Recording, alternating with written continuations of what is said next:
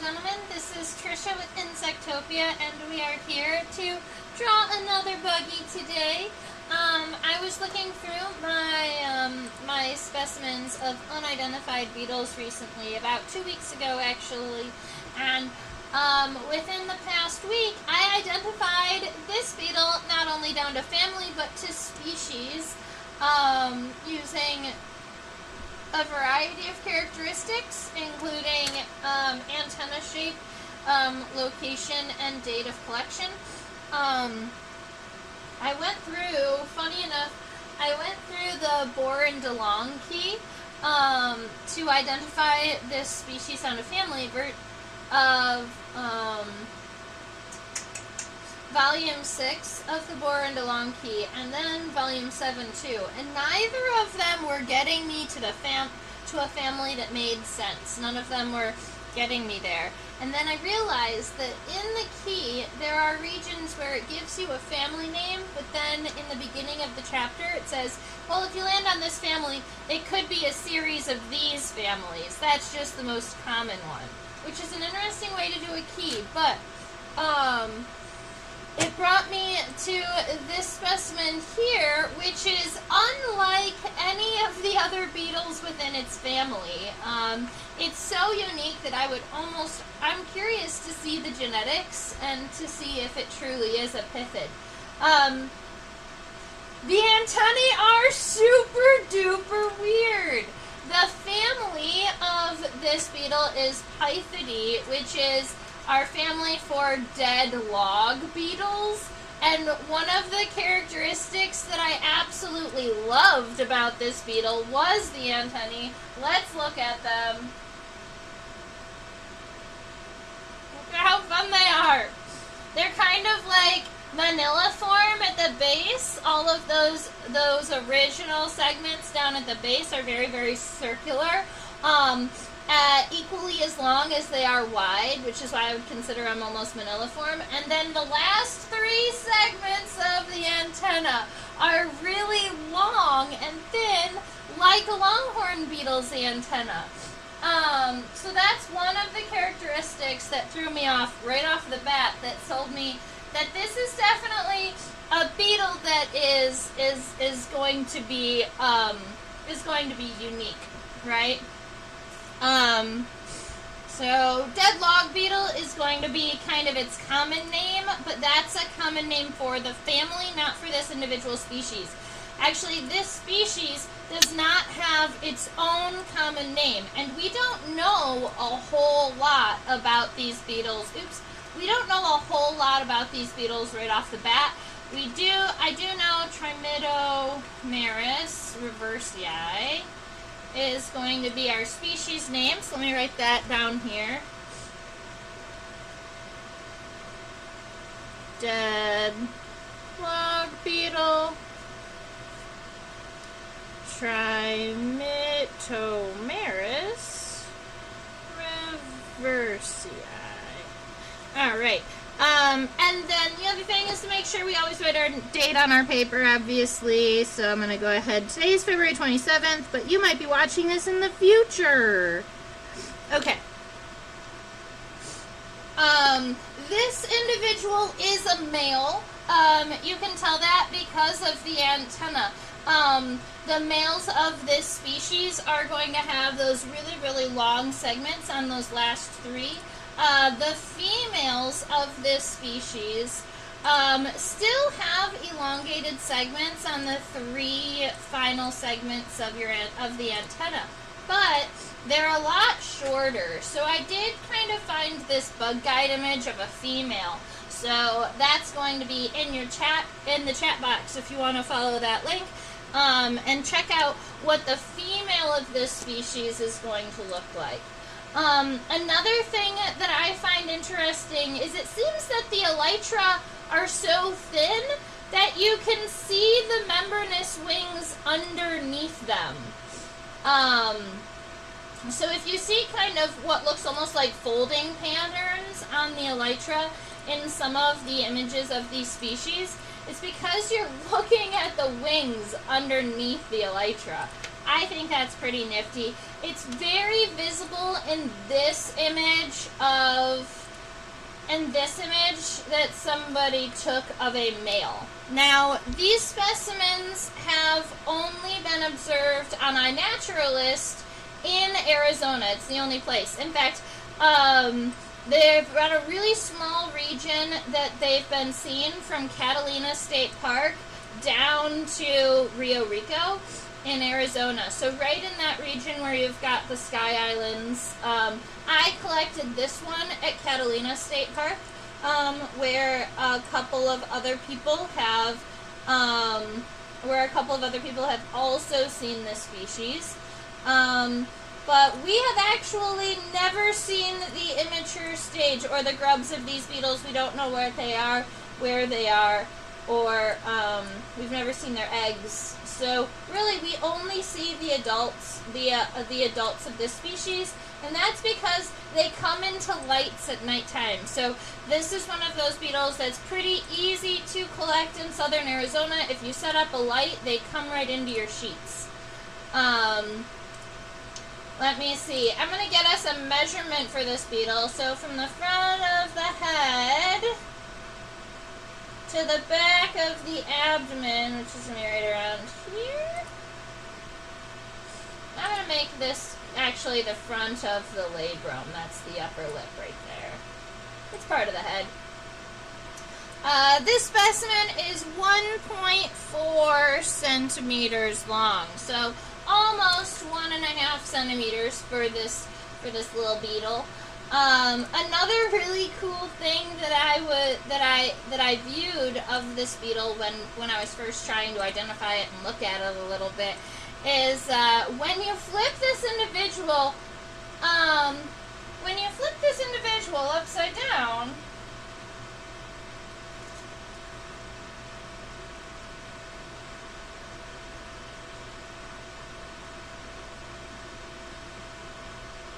The compound eyes wrap all the way around the bottom of the head and almost meet. Their eyes wrap around the bottom of the head a lot further than you would expect. So this is kind of would be what I would think would be the normal end of a compound eye, but they wrap all the way around to right here. And so that they have some fairly large compound eyes, and they're seeing from up here all the way down to right about here. That's nifty. And that is why I wanted to draw it today, because it's a unique enough specimen, and it's a family of beetles that we have not drawn together yet.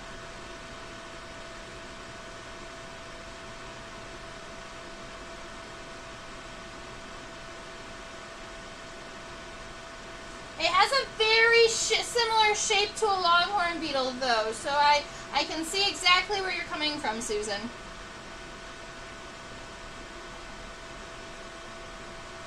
Maybe next time I'm in Arizona, I should dig for beetle gums and raise them.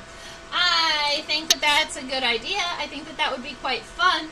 A lot of times when I'm in Arizona, I'm there at the end of July. That's when beetles are emerging out of their pupae.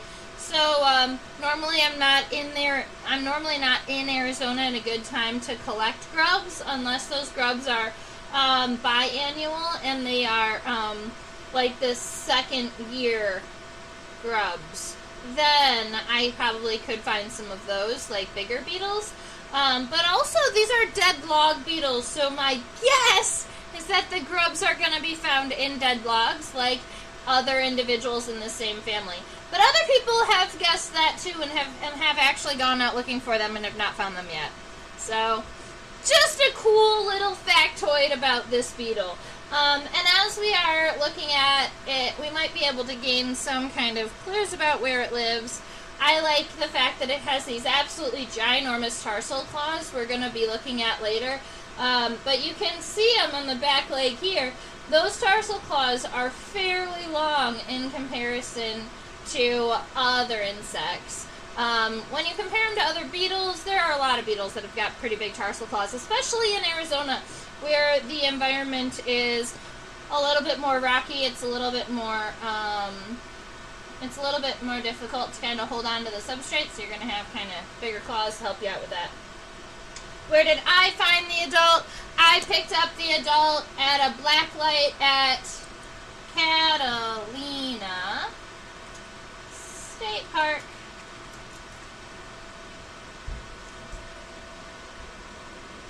Alright, I'm going to go ahead and get my sketch going. Up here on the head, I'm thinking that we've got this really strong kind of parenthesis shape on the left and the right, and I'm just going to give us those two parentheses and then make them cross evenly on the top and the bottom. I think that's going to be a pretty decent shape to start with on our head. And then the pronotum back from the head, if you go to the first segment of the thorax, that pronotum right there is actually very round. So I'm going to attempt to give myself a pretty nice circle right here as a second segment, and then once I get a nice light circle down, I'm going to erase the bottom piece here and kind of flatten it out where the circle meets the elytra. The pronotum. Is that right about the right size? I'm thinking so.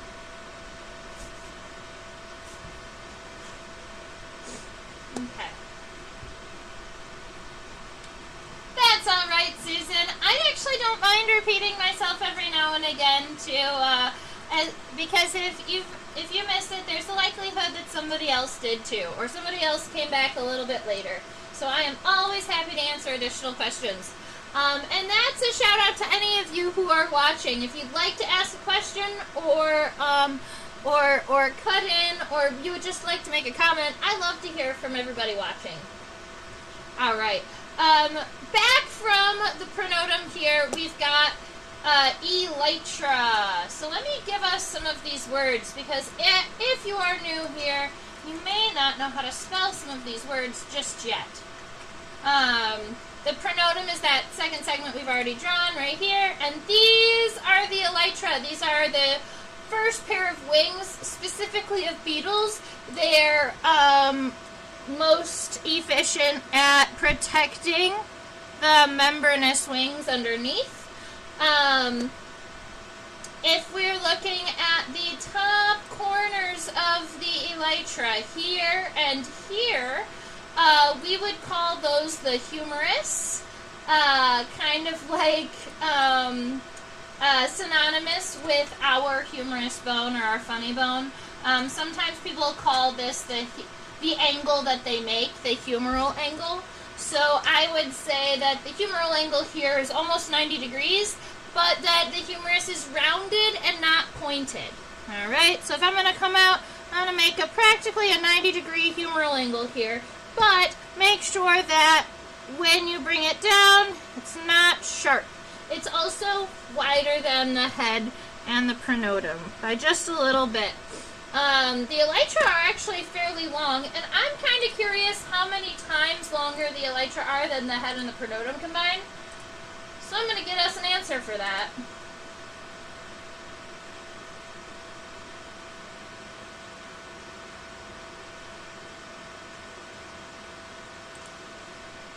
So the head and the pronotum are 0.36 centimeters, and the elytra are approximately 0.92.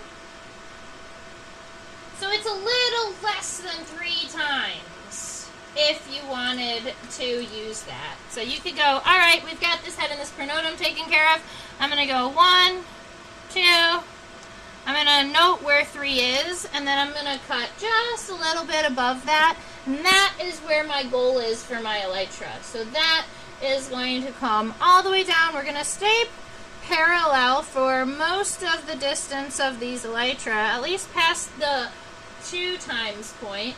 And then once you come in, start wrapping around.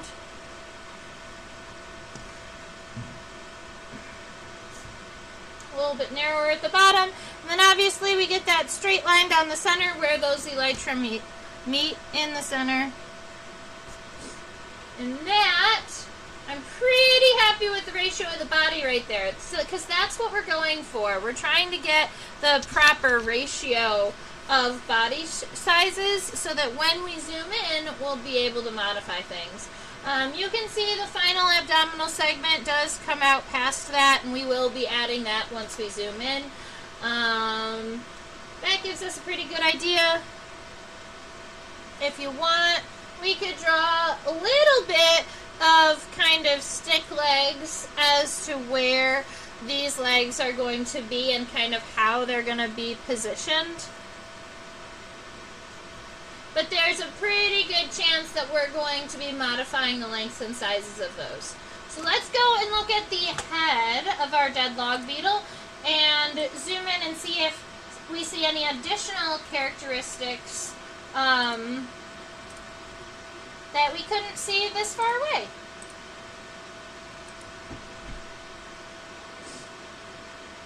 Hi Jared, welcome.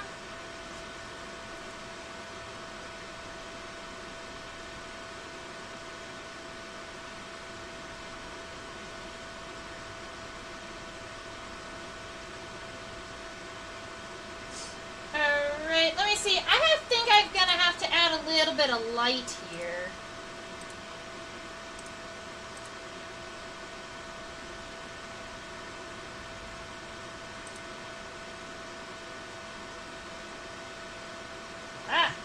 There's the eyes.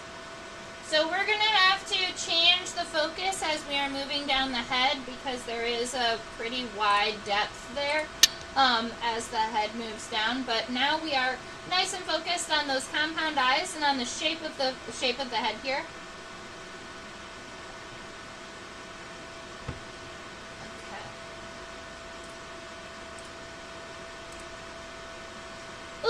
Punctations! Yes, that is exactly what you're seeing. There are adorable little punctations all over the head of this beetle. Punctations, as Susan points out in the chit-chat box, are these little itty-bitty dots that are all over the exoskeleton that make the beetle look like he's been punctured over and over and over again with a cute little pin. Now, these compound eyes, keep in mind, I mentioned they wrap around all the way to the bottom of the head, but we're just drawing right here on the top. Something that I'm noticing is that the antennae are on a little bit of a ledge here. So, it's going to be less like this and more. We need a little bit of a ledge here, and then it's going to go into those parentheses. So I'm adding the ledge preemptively, so I know right about where I should be starting the compound eyes, and that's going to be right here, the base of the ledge. Going to wrap around. I'm not going to go all the way back because there is a little bit of a neck region on this beetle, so we're going to have this compound eye look right about like that, and then we're going to do the same on the other side. So come from right around here and then come down. Now keep in mind that I like to keep my compound eye I like to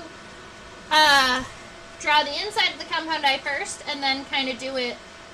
The outside is going to go a little bit over where I expected. Something I did with my students recently is instead of going over with harder pencil lines, I started using pen. So we're going to see how this works on a live stream. I'm starting to try and trust myself enough to use pen. We've been doing this for over 3 years now at this point. So here we go. And then I'm going to crosshatch within those compound eyes. That's just diagonal lines in both directions so that you get all of those little individual lenses, right? Compound eyes are made up of lots and lots of individual eyes. Those eyes are called ommatidia, if you were curious.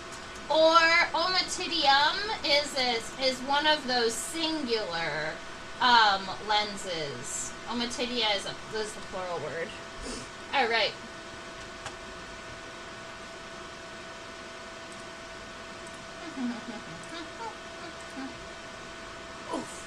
All right. The back of the head comes down, and there's a little bit of a neck region, so I'm going to kind of bring this head in and bring it a little bit parallel right here behind it. I'm not going to draw the back of the head just yet. I do want to give this ledge here where the antennae are connecting. So I'm going to I'm going to add that ledge in. I can't quite tell if the most obvious first antennal segment is really the scape or the pedicel. Is the first segment closely tucked into the head? Let's go look at the antenna very closely. This might be a good time to draw the antenna.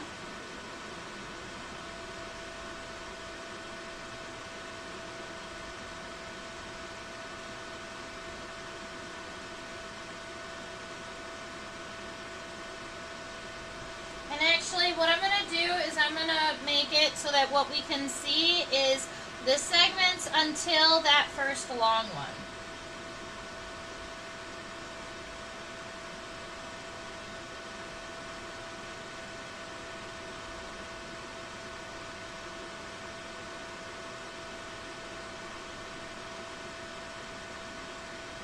Okay, perfect. All right, so what you should... Oop, why did it go all there? All right, so what you should be able to see are the first 8 segments of the antenna. Many keys actually call them antenna mirrors. If you would like a bonus word today, we've got these words: the scape, the pedicel, and the flagellum. All right. And what Susan was asking about is, where in the world is the scape? This first one that's kind of big and wide right there, that's the scape. There is no other segment that's kind of tucked or hidden.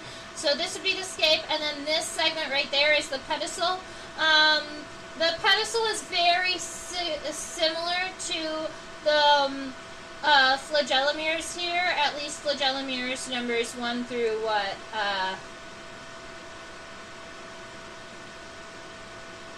7, 5, 6, 6. Okay. There's a total of 11 segments on these antennae. 3 of them are really, really elongated, and these are the first 8. So I'm going to sketch it out first with my pencil, and then I'm going to come back in with pen. So that first segment is very square, and I'm going to draw my antenna on... I think I'm just going to draw the antenna on the left side and then the legs on the right side. So right here, I've got this kind of rectangular shaped scape here. It's a little bit boxy, but pretty small. And it does kind of start to wrap around the compound eye just a little bit, so make sure you get it kind of starting around that compound eye. And then for those kind of almost maniliform regions, we get 1, 2, 3, 4, 5, 6, 7 very small segments that kind of come back, and we're going to aim for those 7 segments to end right about here, within the first third of that pronotum. So these are really itty bitty teeny tiny segments. So we're going to fit 7 right there, which is going to be 1. I need it to be shorter. Very small kind of circular segments. 1, 2, 3, 4, 5, 6, 7. Alright, so we've got those 7 kind of maniliform round segments that come back. And we hit that line just perfect. So now,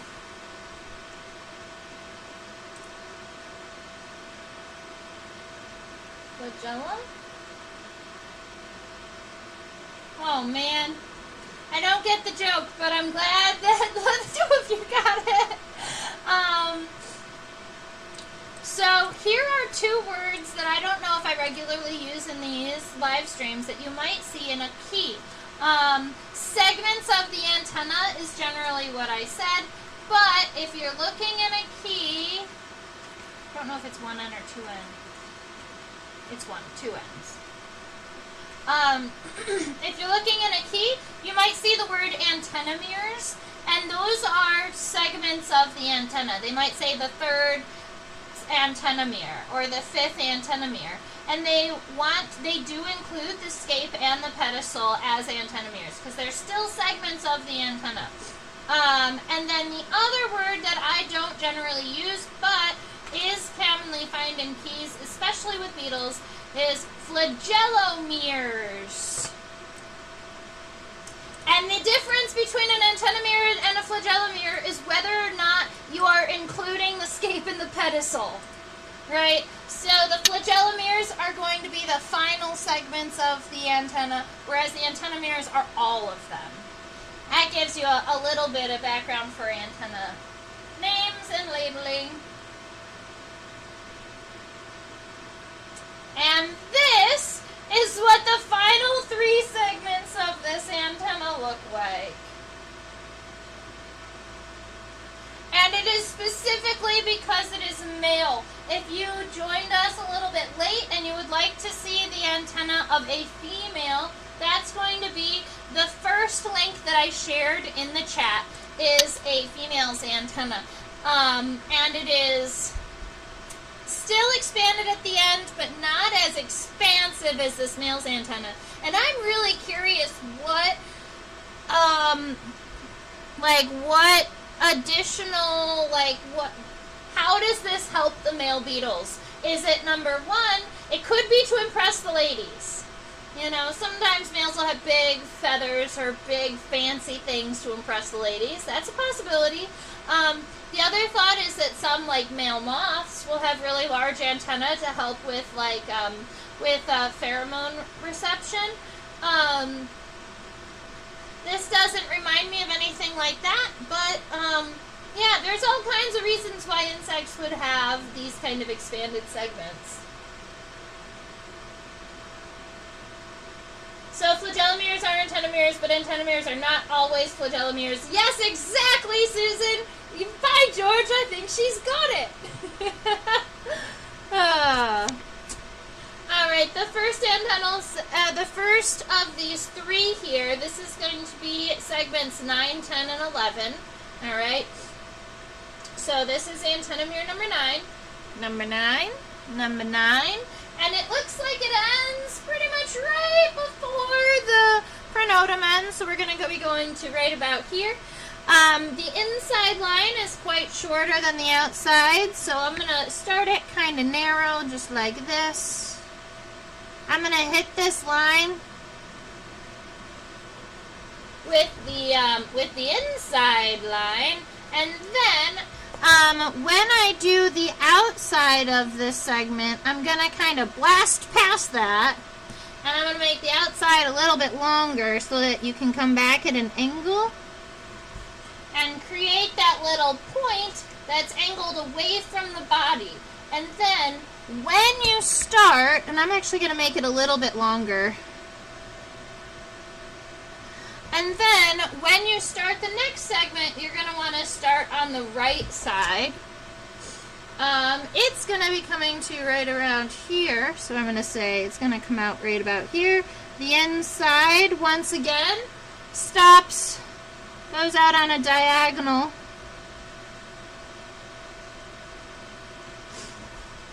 For the outside. Alright, and then one more. This final one is nice and round at the end, and it looks like it comes down about halfway down the elytra, so we're going right around here, maybe a little bit shorter, but right in that region, starting off on the right side, making it nice and thin, and just allowing it to kind of loop at the end.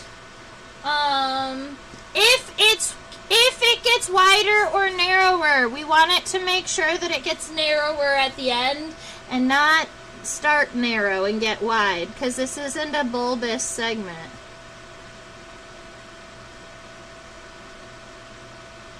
Alright, so something like that. Now that I've got it all penciled in, I'm going to just come back through really quick and give it an incline. I was told by some students this week that the ink line makes it a lot more visible and a lot easier to see for people who are following along. And admittedly, getting all of these inked while I'm drawing them is also going to help with production of future coloring books and digitizing drawings and things. So that's what the antenna looks like. Cool stuff. 11 segments. Now, if you made me describe these antennae, I wouldn't know what to do, because these don't fit into any of your basic antennal types, right? These aren't filiform antennae, which means they're not long and straight.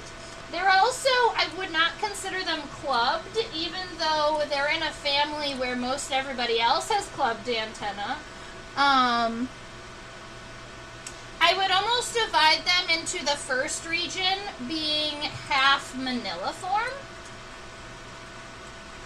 which means that the segments are equally as long as they are wide, so it almost looks like a string of pearls. That's what maniliform means. You find maniliform antenna primarily in termites is the good example people use. And then in the last 3 segments, I might actually call them serrate, because they do have that little bit of that kind of point at the end, almost saw blade-esque here. All right. But along the front of the head, that's not actually where we end. We still need this labrum here, or the upper lip. I believe that's an upper lip and not mandibles that we're seeing. Oh my goodness, they might be mandibles. We're going to look at it head on for a second. Oh my goodness, they're mandibles. How cute are they? Oh! Okay. Look at how cute he is!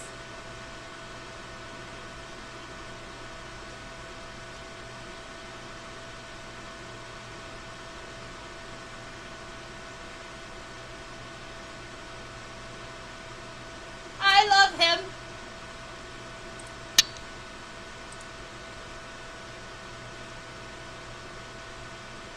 Alright, so what we were seeing along the front of the head was not the upper lip, but the mandibles there. We can actually zoom in and see the labrum, and if we zoom in far enough right here, that's the labrum. It's right above the mandibles. It's a little itty-bitty, teeny-tiny upper lip. It's right here. Boop. And he's got a little itty-bitty mustache. You could say that he has CD on his labrum, but we can call it a mustache today.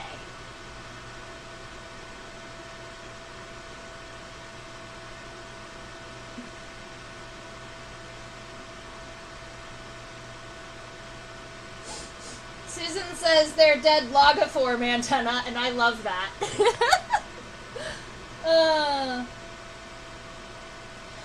So if they are found in dead logs, are those wood-chomping mandibles? See, and that is kind of what I was wondering.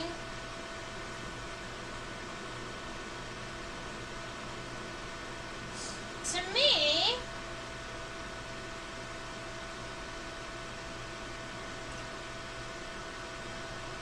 you could almost go, I'm unconvinced that these are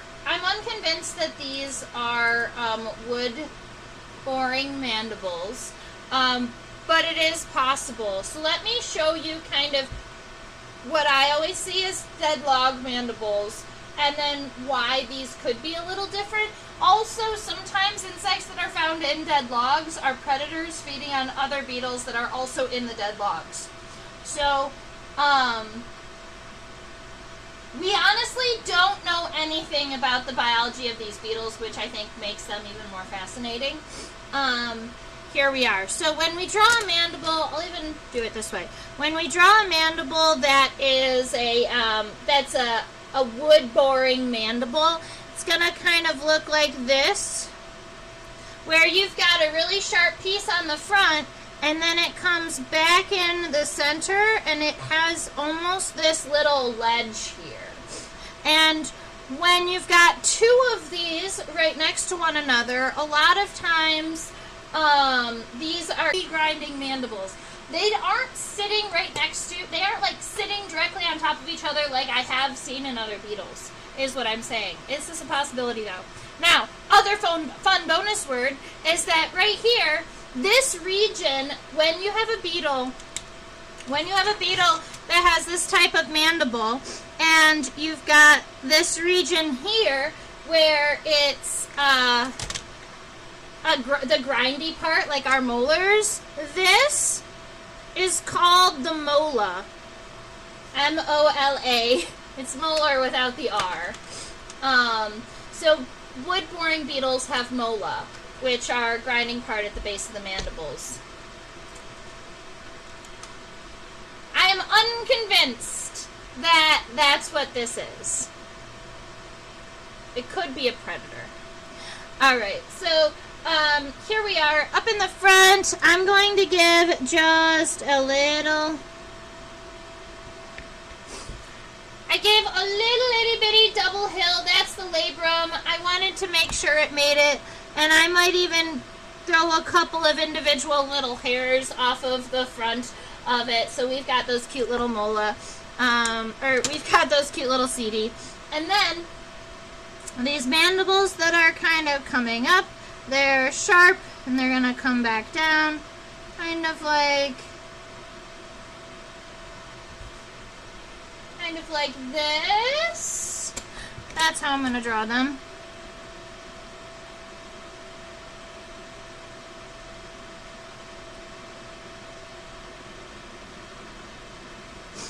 Alright, so we've got some decent sized mandibles on here. They are called dead-log beetles, but the only place that people, entomologists, have really ever found them is coming into black lights at night. They're just in the family of dead-log beetles. Alright, that gives us our head. I'm not saying, oh, we also need these, we need the palps. These are very likely maxillary palps. 90% sure. We could be 100% sure if I flip this beetle over. Let's see.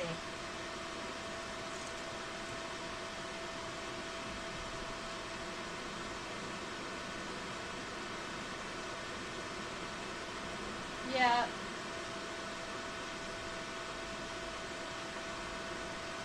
But the labial palps are so small, it's not even worth showing you. So these are maxillary palps, and they are 3-segmented. They are nice and long. So we're just going to go 1, 2, 3. And then those are on both sides. So sometimes when I'm teaching my students, I like to say maxillary. Instead of saying maxillary palps, I will call these mouth fingers, because that's what they do. They kind of help push food into the mouth.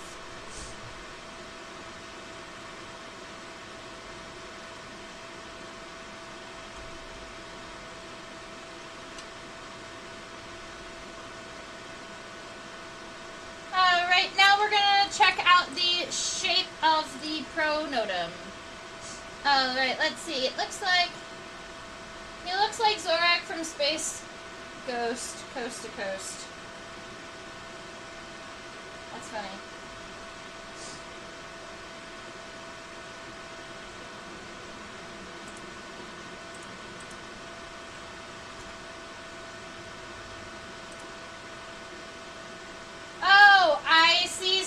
I understand now. Zorak also kind of looks like a praying mantis, though.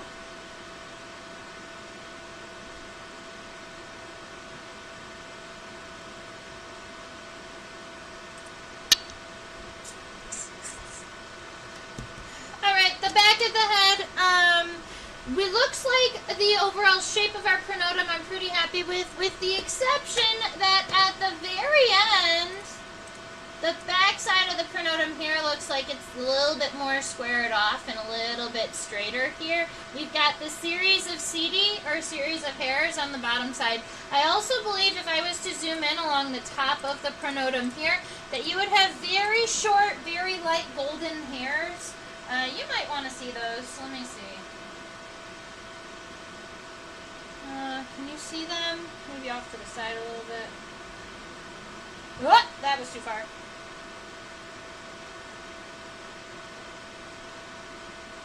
Yeah, right there. They're really itty bitty teeny tiny, but if you wanted, I promise you that they are there. The pronotum on this beetle is going to have this series of really short kind of golden hairs on the top and the bottom.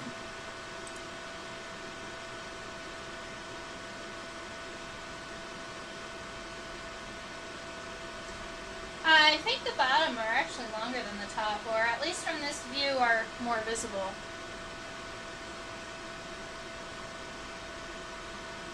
Moving this beetle just an itty bitty bit totally puts it out of the camera's view. Just trying to get it right in the center again. There we are. Perfect. Okay. So right here on the top, I'm going to make sure that this pronotum kind of arches up towards the head, but not too strong here. The outside of the pronotum, very circular, very round. And then when you come back down to the very bottom, instead of just coming straight across, I'm going to come down a little bit.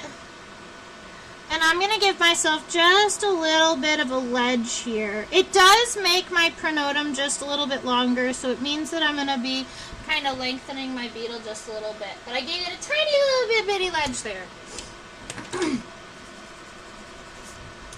I also kind of love this little crease. I'm going to give a secondary line right here. That's just going to give you more detail. That's not a suture, it's not a sulcus, it's not a true line in the exoskeleton. It's just kind of a bend that I wanted to show off a little bit. Alright, you have more punctations here, but they are very, very light and few and far between. You would say that maybe they are less concentrated. Is that the right way to say it?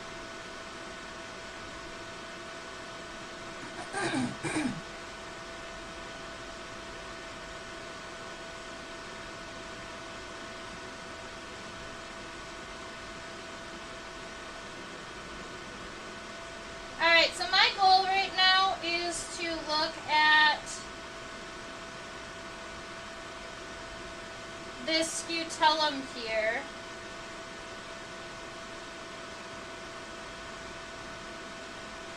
And there is something odd that I'm noticing. Normally, all that we can see is the actual scutellum. So let me give you the name for this. Normally, when we're looking at the scutellum of a beetle, all we can see is this part here. And the rest of whatever is back here is normally kind of tucked underneath this pronotum. But what I think that we're seeing right here is a little bit of the mesonotum. This triangular dark piece here, and then this piece here, that's the top of the second segment of the thorax. There is a line and a differentiation in the color right there. So we're going to make sure that that ends up in our sketch today too. I'm going to erase this just to give me a little bit of space in here. And I'm going to, Terry needs to get out of the way for just a moment.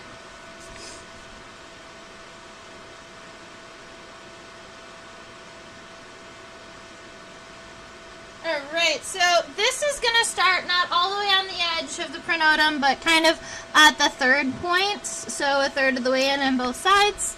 We're going to kind of start it there, and then I want to pull it in, and then give that, like, tongue, and then go back out.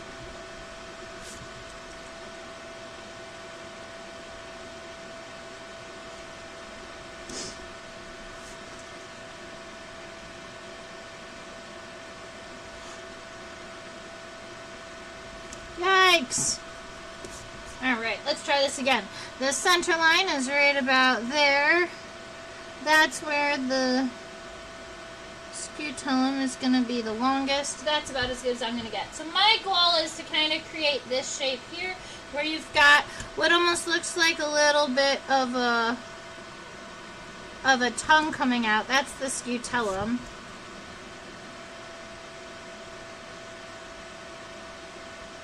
That's better. Alright, so we've got the scutellum situation happening here.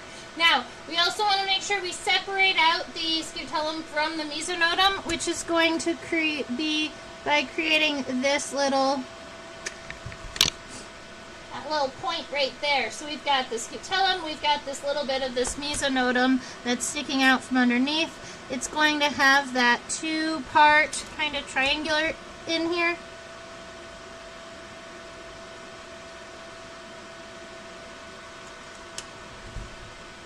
Kind of like that. And then when we're worried about adding the elytra into this sketch,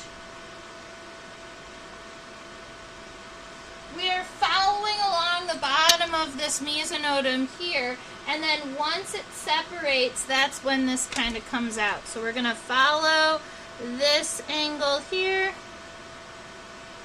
for the elytra, which is almost going to make them appear kind of heart-shape-esque, but we do want it to kind of flatten off up here before it drops. Now, because I've moved everything back a little bit, I want to do a double check, make sure that I think that the elytra are still approximately the right length, or if we need to drop it down and make it go a little bit longer. But I'm actually pretty happy with my shape at the moment and length. So I'm going to go ahead and go over at least these outside lines in pen.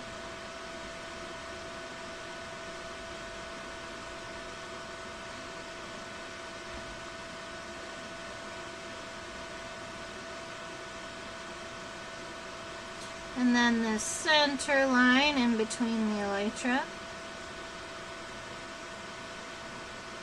Decent. Okay. Now, I'm going to slowly, welcome, Robert. I'm so glad you came across us, too. If you have any questions, go ahead and let me know.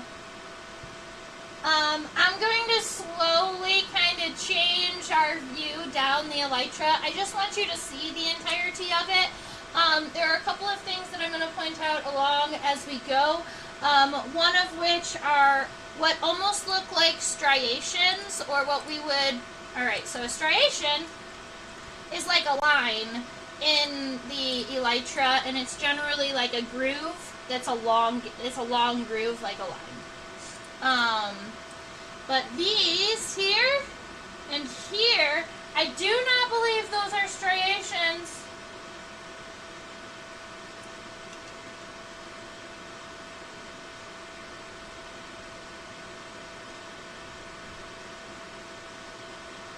Those are wing venations from underneath the elytra.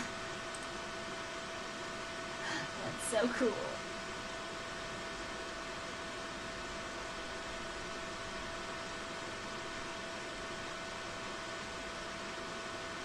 And this elytra is mostly barren, but if you look at the very, very end, right around here, there are some setae. There are some hairs at the end of these elytra. All right, so,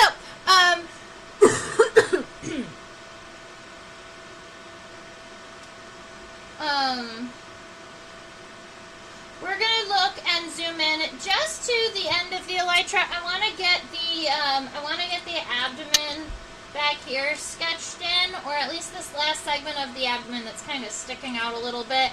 I do believe that we are also seeing a little bit of male reproductive, we are also seeing male reproductive organs. Which, if I am correct, would be considered the adiagus. Now, sometimes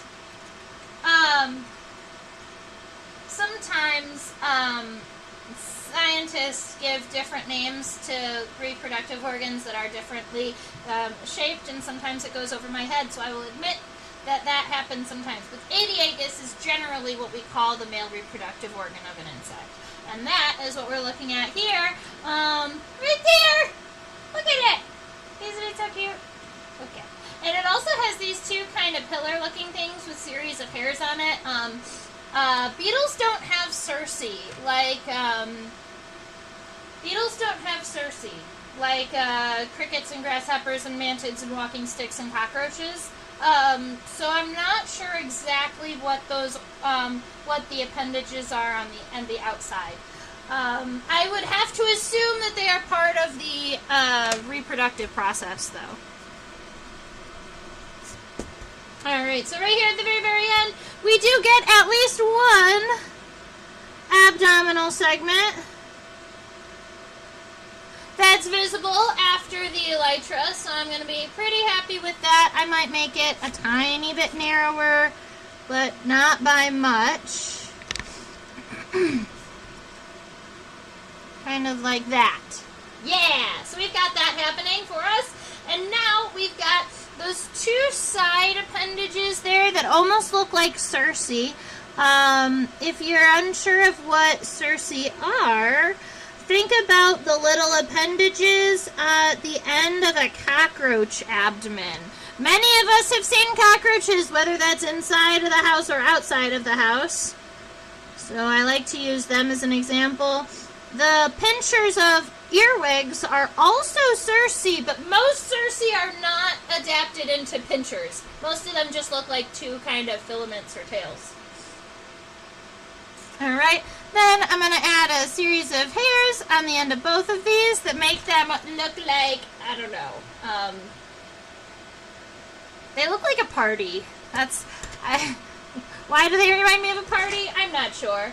And then, at the very, very middle, that little white guy down there, that's going to be that male reproductive organ. It looks like it almost has cute little claspers down there.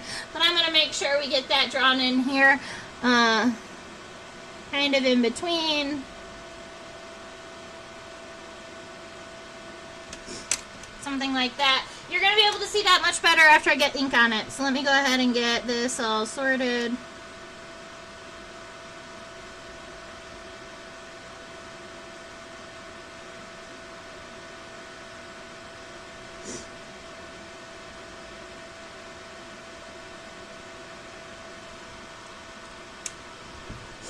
Something along those lines.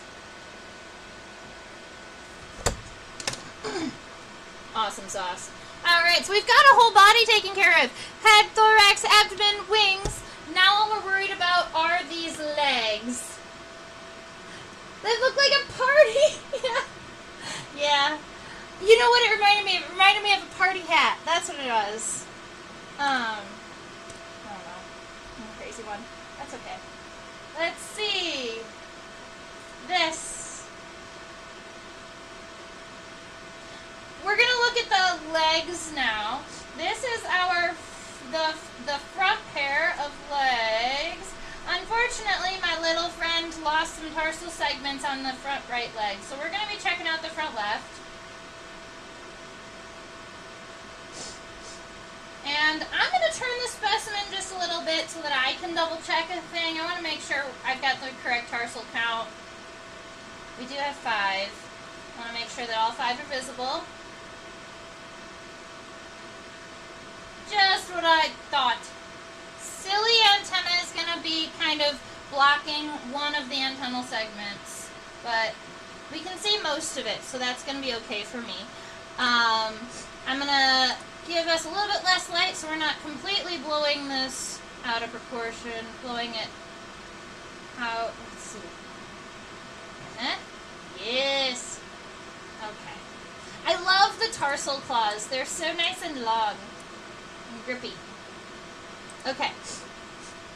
So the legs are going to have a set number of segments. Let me go the set segments. Femur, just like your big bone between your hip and your knee, the first segment of an insect leg is the femur. It's going to be this one right here. It's really blurry, but There's not a lot of characteristics on here. I focused down here in the tarsal segments. They might be able to come up. But yeah, we've got femur here. Then the next segment, as you might guess, is the large bone in between your knee and your ankle, which is the tibia. The second segment of an insect leg right here. That's a tibia right there. And then we've got these guys, all of those, they're like little toe segments. We call them tarsi. Humans don't have tarsi, but we do have metatarsals, which are our toe bones. All right. So humans have metatarsi, and insects just have tarsi. Now, the front leg on this beetle has 5 tarsal segments. 1, 2, 3, 4, 5, and all 5 of them are visible from this view, luckily enough. So we're happy about that. The femur, oops, I turned off the, that's okay. The femur here is going to kind of start wide and get narrow, and it's going to appear like it's coming out of the base right here. It is actually kind of connected right here at the base of the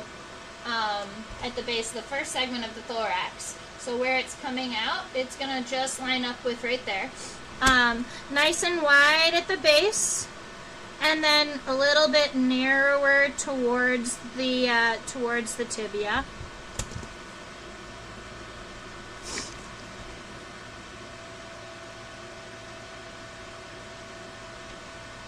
Alright, wide at the base, narrow towards the tibia. Now that tibia is nice and thin.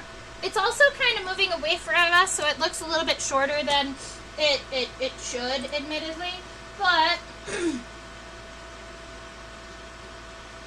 I was trying to see for you, Susan, and I don't see a really strong tibial spine. If there's a tibial spine at the end of this tibia, it is going to be very, very short and not really visible. So there's that. The tibia looks like it's going to end. I'm going to end the tibia right about at the end of this pronotum here. On my drawing, on the microscope image, it's only about half that. But I want my leg to kind of be a little bit more stretched out. So I'm going to pull this tibia forward, kind of thin, going up towards, and I'm just going to make it go to right about here, which is just kind of in line with this pronotum. And then the tarsal segments, I'm going to go out away from the head, just like it has here. This first segment is long and thin. It's a rectangular tarsal segment, just like this.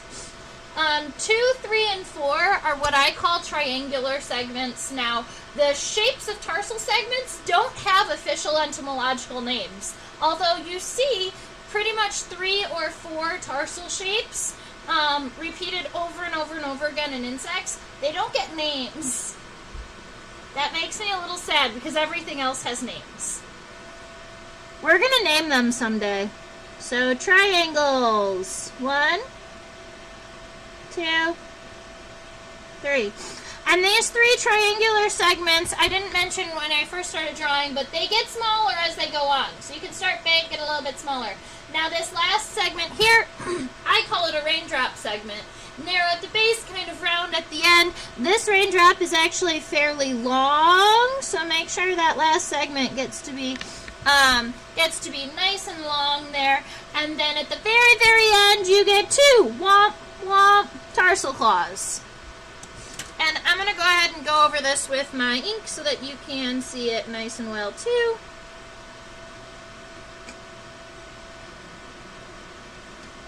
Femur, tibia, tarsi. And just like flagellomeres and antenomeres, sometimes people call segments of the tarsi tarsomeres.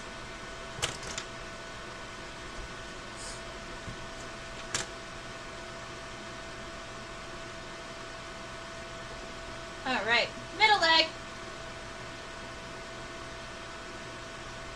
Middle leg on the right side looks like it is much more easily viewable.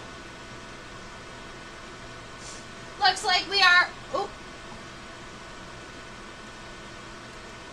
So something you might notice as I'm using my microscope is that I only use the right side of my microscope instead of using both. And that's because you are using the left side with the camera. So sometimes what I see is slightly different from what you see, because even though both of these lenses are right next to each other, the view from the right is a little bit angled to the right and the view from the left is a little bit angled. So sometimes the difference in the angle of the view, even between the two lenses, is strong enough that when I look up, it doesn't look exactly like what I wanted it to. I have to shuffle just a little bit. Oh, Susan, I found one for you. Right there. It has a simple tibial spine. If you remind me, we can go and look for the tibial spine on the front leg at the end and see if it's got one. I know it's one of your favorite characteristics to see.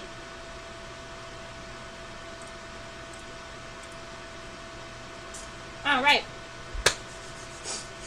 We're going to be drawing this middle leg very similarly to how we drew the front leg. This femur is nice and wide at the start. It's coming out. The femur is connected right about here on the bottom side of the body. So when it's coming out, it's going to come out kind of like, you know, kind of like this. But what we're going to do is make sure that it is nice and wide at the base and kind of narrow at the top. Alright, the tibia narrow here, and the tibia actually stays pretty narrow for the length of it, rather than sometimes tibia get really wide at the base and kind of flare out like bootcut jeans. But the tibia here is actually fairly narrow for the entirety of its length. It also is not incredibly long. Look how all of the tarsal segments line up and match the length of the tibia. That's not something that's normal. So I'm going to make sure that this tibia stays nice and thin and, you know, admittedly kind of short in comparison to the rest of the body. Is that right? That's right. Okay, so we've got the tibial spine coming off of the inside, so you can draw that. Now the tarsal segments, or the tarsomeres, are a little bit longer on the middle leg than on the front leg.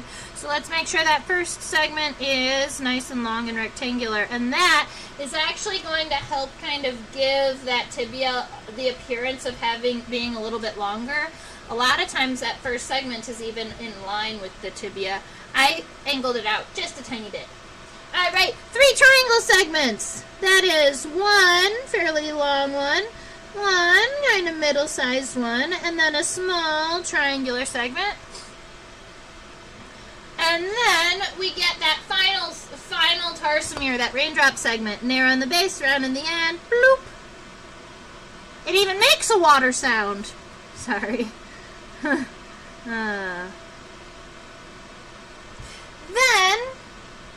it's got the claws. The claws. Here we are. Tarsal claws. Are all of these little hairs generally used for sensory perception? Yes. Most of the hairs that you're going to see on insects, most of the hairs on this beetle are going to be for sensory. The likelihood is that could be physical touch, but it could also be chemical sensing, depending on what type of, if this beetle is boring into wood, it might be sensing, the chemicals within that. That's a possibility. But you also get hairs at the ends of the individual tarsal segments, which do have a slightly different purpose. So if we zoom in right to here, I used my computer to zoom in, so it didn't modify the image. It modified the image at all, so it's a tiny bit out of focus, but you can still see. You've got those longer hairs at the end of each one of these tarsomeres, and those hairs are generally going to be used to help the tarsal segment kind of push and help it move. So help with kind of friction, and then to help kind of grip substrate around it to help it push. Obviously, it's going to be walking with the tarsal segment, but when you watch insects walk, a lot of these tarsal segments are going to be flat, so it just helps kind of with the grippiness.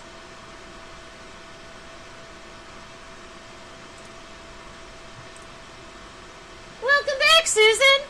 Oh, and then you missed us finding the tibial spine on the middle leg. I'll have to show that to you. We do have a tibial spur. Those hairs are for traction. That's the word for it. Yes. Thank you.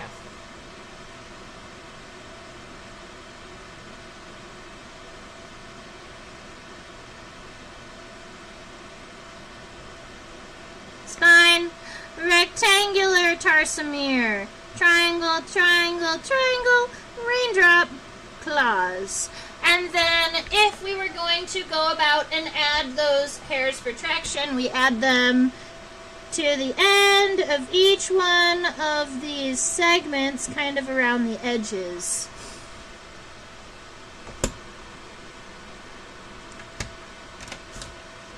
All right.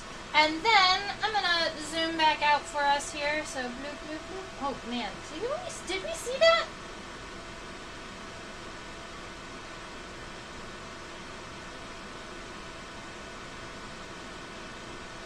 I want more light, but I don't think I can get it. That's all right.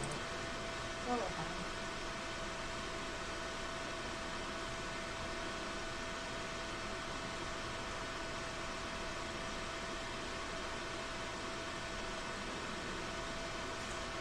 Ooh, that's not a great view for you. Let's fix that. There you are.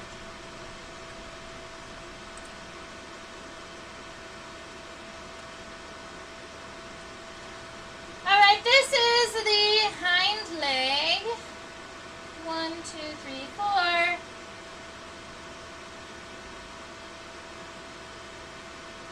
So this is a characteristic that as I was moving through the key and trying to identify this beetle, which is in a really weird family, and it wasn't one that I was common and familiar with, it was this characteristic on the hind leg that threw me through the biggest loop. And that is that the tarsal formula of this beetle, the tarsal formula of this beetle is 5, 5, 4. So there are 5 tarsomeres on the first leg, 5 tarsomeres on the second leg, but on the hind leg, even though it's the longest leg and it has these really long tarsomeres, it's only got 4 of them. And tarsal formulas like this are a family level characteristic. So at the family level, they will all have the same tarsal formula, but they'll have unique ones sometimes. There's a lot of beetles with 5, 5, 5, and there's a good number of beetles that have apparently 4, 4, 4 that are actually 5, 5, 5, but there are not very many where you've got a 5, 5, 4 formula. It's kind of cool. All right. The femur here, so if we knew that the middle leg was coming out right around here, the hind leg is going to be coming out right around here. You might even be able to measure that. It should be right about in the center of the body. So if you were to measure from here to here, your hind leg is going to be right about in the center, at least where it connects to the body. And then that femur is going to be coming out kind of away from the body here, and make sure that it starts wide and gets narrow.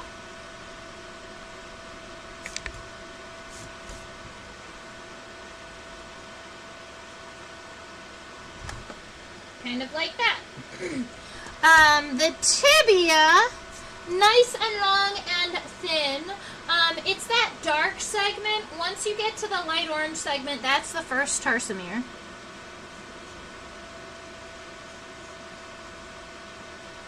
So let's see, that's going to be actually right about right. I thought it was going to be too long. But look at where the tibia ends in comparison to the elytra.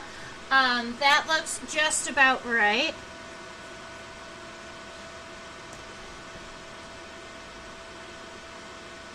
I would have to look at it from another angle to see if this tibia had a spine. We'll look at all three of the legs afterwards. Then we've got some tarsomeres. Boop. There's all four. 1, 2, 3, 4. All right. The first one is nice and long and rectangular.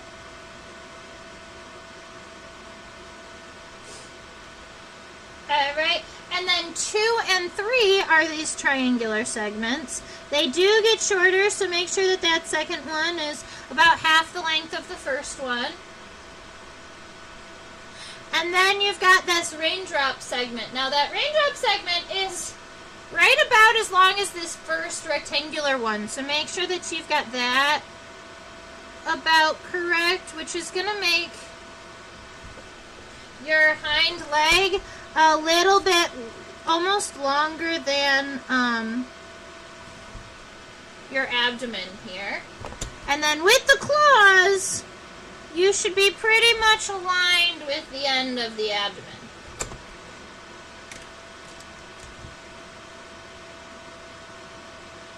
Femur, tibia, tarsi 1, triangle, triangle, raindrop, claws. Awesome. Alright, so that is the entirety of our hind leg here. I do want to go back, they remind me of the cursorial legs on a tiger beetle. I could see that. Especially that hind leg. That hind leg is so long and thin, it very much looks more cursorial than ambulatory. And for those of you who are new to our bug language,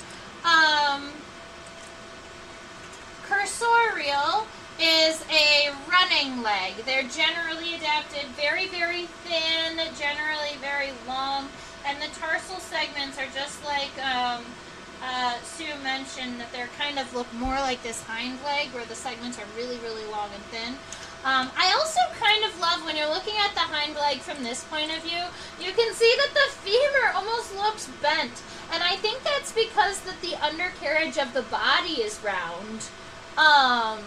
So it has to be round to fit to the body, which is nifty. If you wanted a basic walking leg, if you wanted the name, for a basic walking leg, we call them ambulatory. Like the word to amble, or to kind of walk slowly. But yeah, they definitely look up, they appear more cursorial than anything else.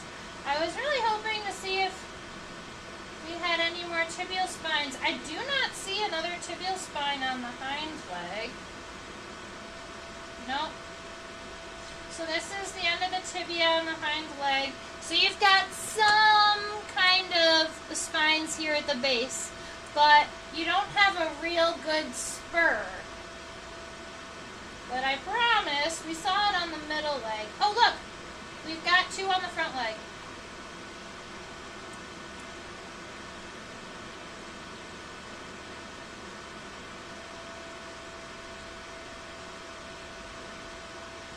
Alright, so our front leg has 2 tibial spurs. Our hind leg didn't have any.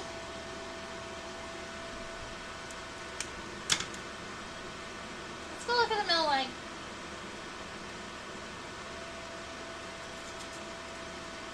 Oh no, don't drop. Don't drop specimen, rule number 1.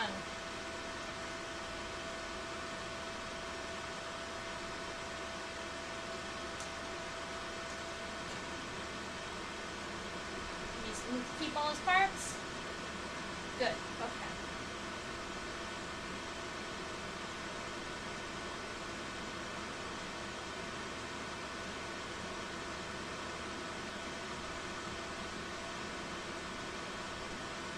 There we are, there they are, found him. The middle leg also has two. This one right here is on top, so it's really tricky to see, but I promise that there are actually two tibial spines on the front and the middle leg, but none on the hind leg, interestingly enough.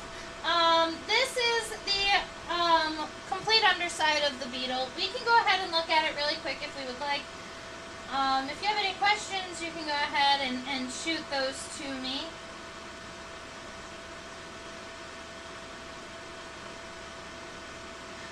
This is the bottom side of the head. So we're looking at these compound eyes that come all the way to right around here. Bottom side of all of these mouth parts where the maxillary pulps are connected.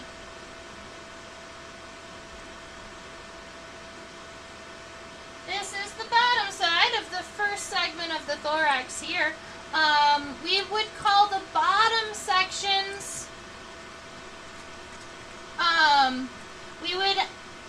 the bottom sections we generally say are sternum, and the top are notum. So the first segment on the bottom we would call the prosternum, but then the second segment is the mesosternum, and then the metasternum. Everybody's running off the paper. There we go. Pro, meso, and meta we regularly use in the entomological world as first, middle, last. We use it in legs. We use it in body segments.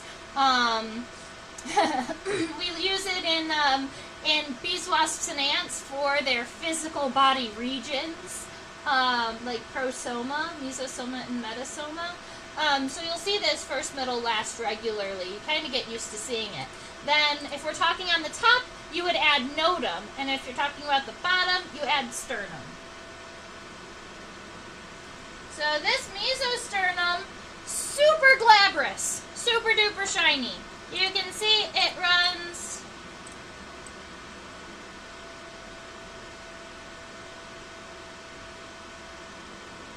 wait a minute. Maybe it's the metasternum that's that long. That's what it looks like. Alright, the mesosternum's actually short. It's right here. This whole big rectangular segment, that's the last segment of the thorax. That would be considered the metasternum. And right here at the very end of it, that's where our hind legs come off. I think that this beetle has a really interesting undercarriage because look at how thin the abdomen is in comparison to the rest of the body. That's wild. The abdomen is so thin that you can actually see the membranous wings. This light region right here and here are the membranous wings tucked underneath the elytra.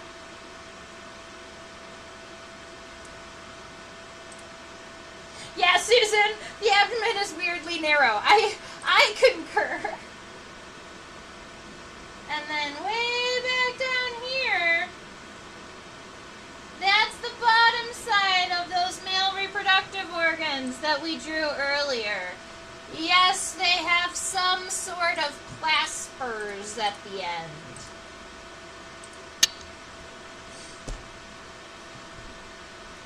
So that's our dead log beetle in the species is Trimitomerus riversii. Only found in a very, very small region in southern Arizona. So that's kind of cool. I bet you that it could be found in regions of Mexico that we just don't regularly collect enough, especially in higher altitudes in Mexico, right there at the border. I bet you that they cross over because they have been found all the way down to right at Rio Rico, which is only an hour or two away from, probably even less than an hour away from the border. Still looks like a party to me. Yeah, right? It does! looks like a great time.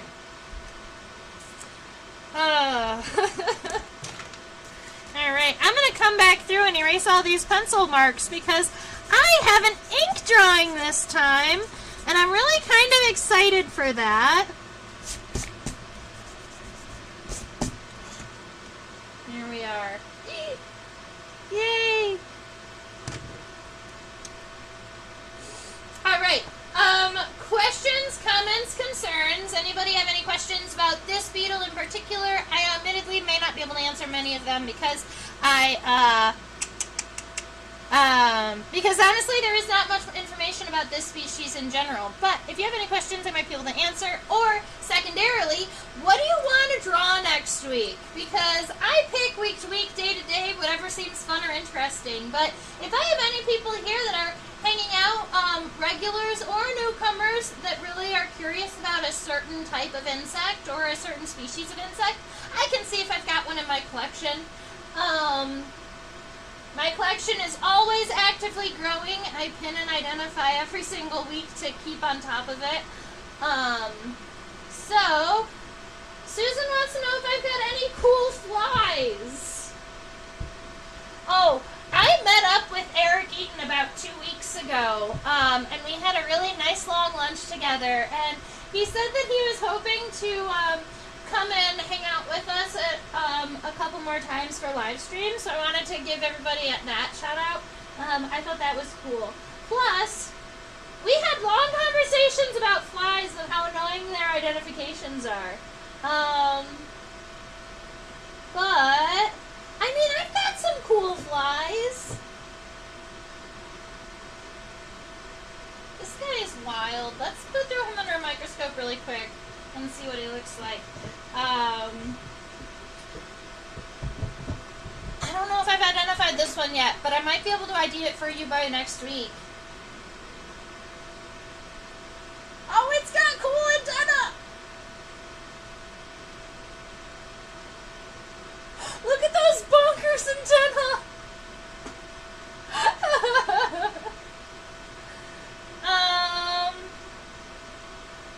What's that yellow blob area near the top?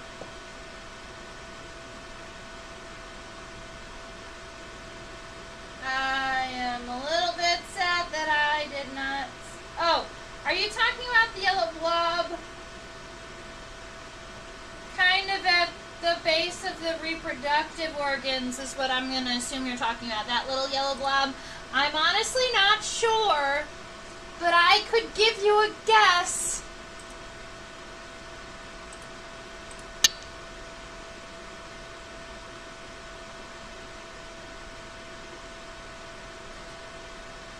The guess might be, so sometimes when female beetles are dying or a female moth is going to pass away, they will lay their eggs whether or not the eggs have been fertilized.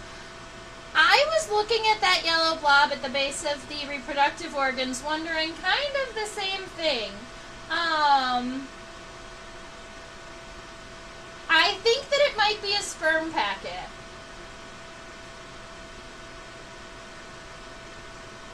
If that yellow blob is the one that you're referring to, I think that that's a sperm packet.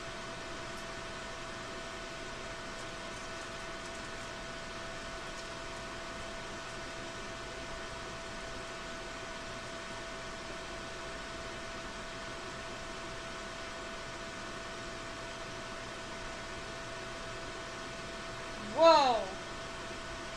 What?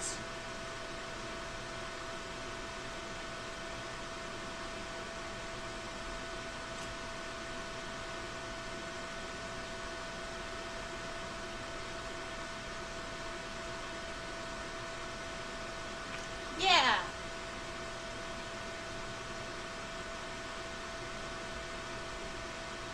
That was where your mind was going to? Good. I'm glad we were on kind of the same page. I don't have any answer for you other than that. It seems to be very much kind of stuck onto the exoskeleton of the beetle. It's at the base of this spine-like appendage that is moving straight down.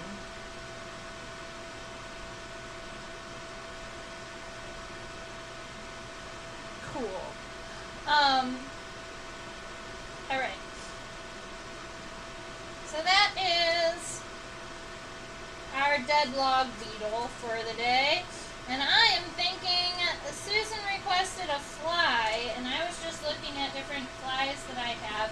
This one I have not yet identified, but I bet that if I put this one, oh, there it is. I know what it is, at least a family.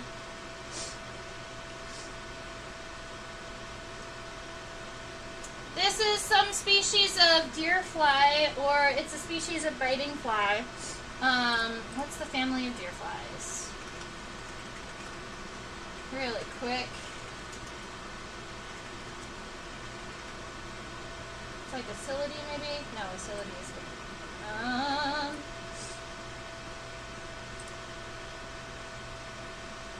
Tabanids. So this is in the family Tabanidae. And I think this one would be a lot of fun to draw next week. It's got fun wing venation, and you know, with flies, wing venation is going to be critical to identification, along with hairs on the thoracic regions. So we can worry about that. Plus, this one has really fun antenna that I'm curious about looking at a little bit closer. So maybe we'll draw this one next week. In case everybody wants to see the drawing just a little bit closer, I'll go ahead and throw it here. That's what my beetle looks like today. I hope that you all have had a good time looking at the microscope with me. Oh, Susan says, I was going to guess deer fly, but only based on general shape. What is the diagnostic characteristic? I can help you out with that. The diagnostic characteristic for tabanids, the easy one that you can look at a lot of times, even with your naked eye, if the fly is large enough, is right here in the wing venation.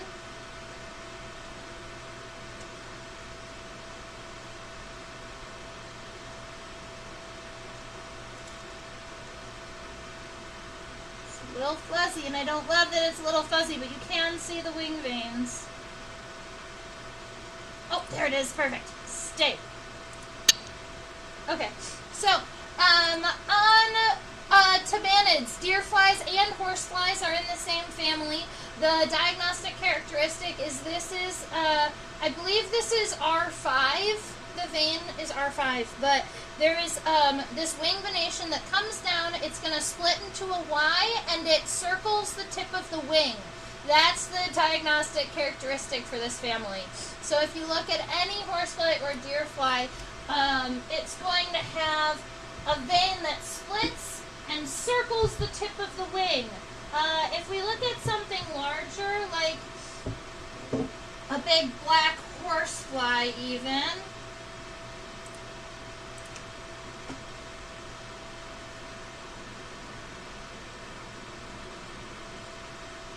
got a vein that splits at a Y and circles the tip of the vein, or the tip of the wing. And I believe that's R5, but don't quote me on that. Right there. I'll have to re-look that up before next week to remind myself of the wing vein names. Alrighty, let's see, any other?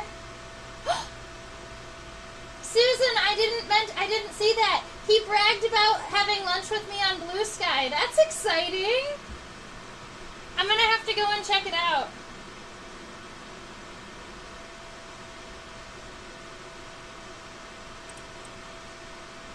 Alright, so we'll go ahead and draw this guy next week. Let's see.